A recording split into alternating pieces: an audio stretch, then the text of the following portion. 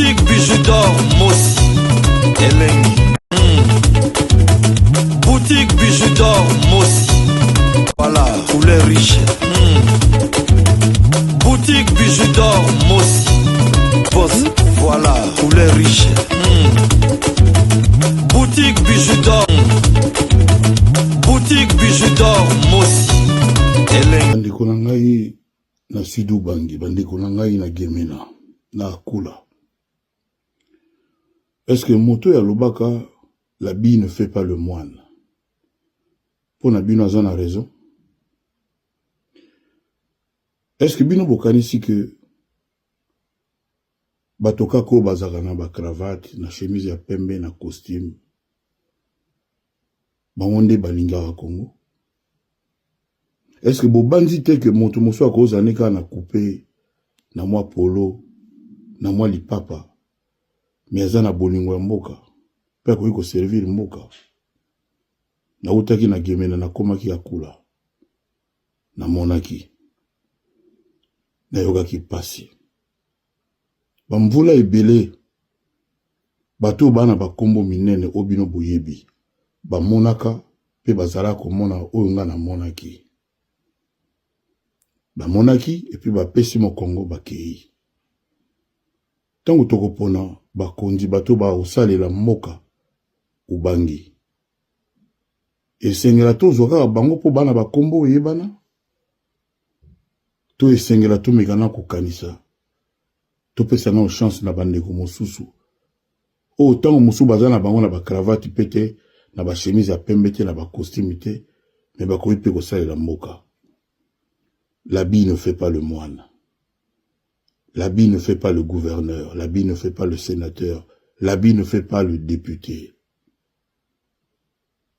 Motema ya motonde eza le plus important. Motomoko aloba na mboka na biso libanda eza katite. Toza na ngele, toza na mayele, topona na mayele. Tokolandaka kombo, tokotala moto nini oyo akoki pe kosalela mboka. Ubangi nyokwami mingi, bana ubangi banyokwami bamvula na bamvula. Nga na banzi ke tokoki koloba peke bato bazaki na chance na mbano ya kosalela mboka basali mission na bango te batikela pe bato mosusu. Natombeli bino bolamu Nzambe abatela province, territoire.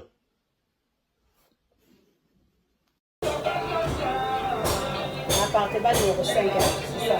Appartement numéro 5, hein.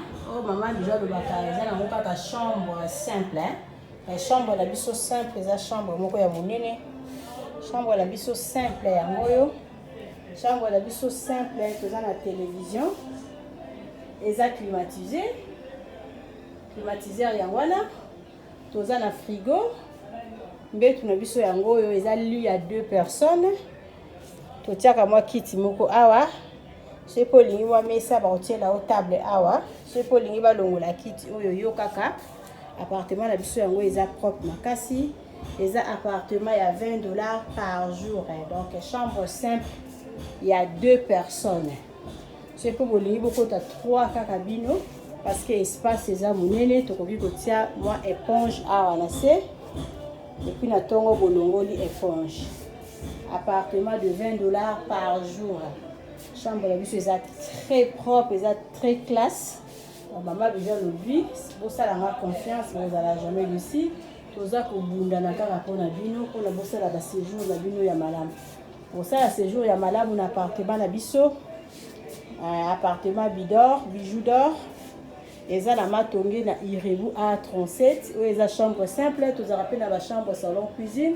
Tout ça rappelle 2 chambres salon cuisine. Maman déjà le dit bon confie na biso. Beaucoup à la journée d'ici. Ah, il y a surtout qui toko. Contactez-nga. Na numéro ko bimawana.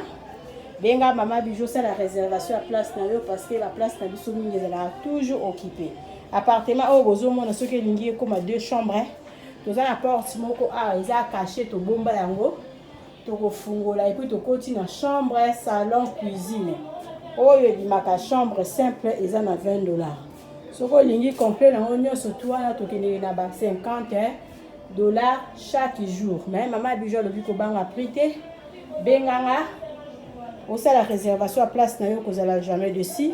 À partir de 3 mois, tu quittes ça appartement à biso makasi. Appartement aux hommes on a $20.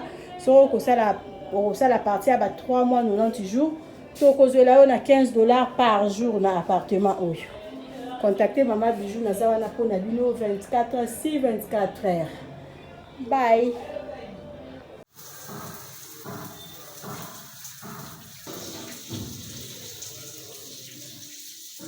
Et surtout, n'oubliez pas de cliquer la cloche de notification qui est juste à côté de abonner pour être notifié à chaque fois que je vais mettre une vidéo sur YouTube.